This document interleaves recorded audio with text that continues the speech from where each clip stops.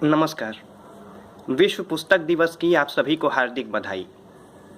Marcus Cicero ने कहा है कि a room without books is like a body without soul, यानी एक कमरा जिसमें किताबें नहीं हैं वह उस शरीर जैसा है जिसमें आत्मा नहीं है। वैसे तो बहुत सी पुस्तकें किताबें हैं, लेकिन आज मैं आपको राही मासूम रज़ा के उपन्यास ओस की बूंद के कुछ अंश सुनाना चाहता हूँ। पहला अंश कुछ यूँ है कि बाबू अंबिका प्रसाद हयातुल्लाह अंसारी के साथियों में थे और हिंदू महासभा के लोकल लीडर भी थे।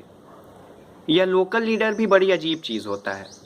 यह चमचों के सेट का सबसे छोटा चमचा होता है। यह लोगों से यह कहता रहता है कि यह उस ऑल इंडिया, अखिल भारतीय या कुल हिंद लीडर की नाक का बाल है, परंतु यह खूब जानता है कि बाल यह अवश्य है, परंतु नाक का बाल नहीं है। इसके पास कोई अपनी बड़ाई नहीं होती। यह जिस नाक का बाल है, यदि वह नाक कट जाए तो यह भी कटा हुआ मान लिया जाता है। बाबू अंबिका प्रसाद नए नए लोकल लीडर हुए थे, इसलिए उन्हें यह पता नहीं चला था कि बस किसी की नाक का बाल हो जाने से काम नहीं चलता। वह चिल्लाते सबसे ज़्यादा थे। चिल्लाते चिल्लाते उनकी आवाज़ बिल्कुल बैठ गई थी। उनका ख्याल था कि कांग्रेसियों, कम्युनिस्टों और पाकिस्तानियों ने उन्हें मिल मिला के सिंदूर खिला दिया है। कलेक्ट्रेट की बार में ये सब स्वर्गीय से लुत्फ लिया करते थे।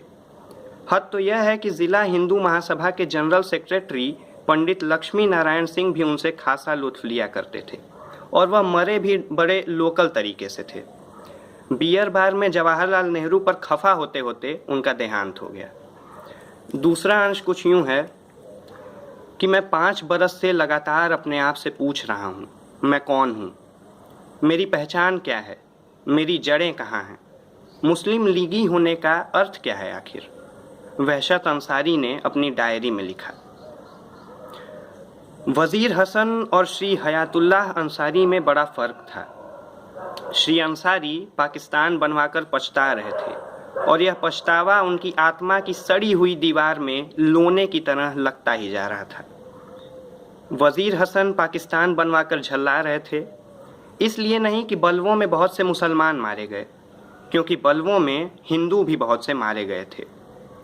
पाकिस्तान उनके लिए कोई सियासी चाल नहीं था, बल्कि उनका विश्वास था। उन्होंने पाकिस्तान जाने के बारे में कभी नहीं सोचा।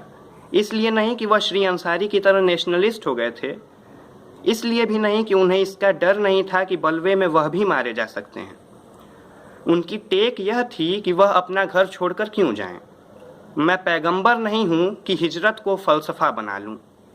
बड़े बेटे ने जब पाकिस्तान जाने की ज़िद की तो उन्होंने उसकी आंखों में आंखें डालकर यह कह दिया कि मैं गुनहगार हूँ और उसी सरज़मीन पर मरना चाहता हूँ जिस पर मैंने गुनाह किए हैं।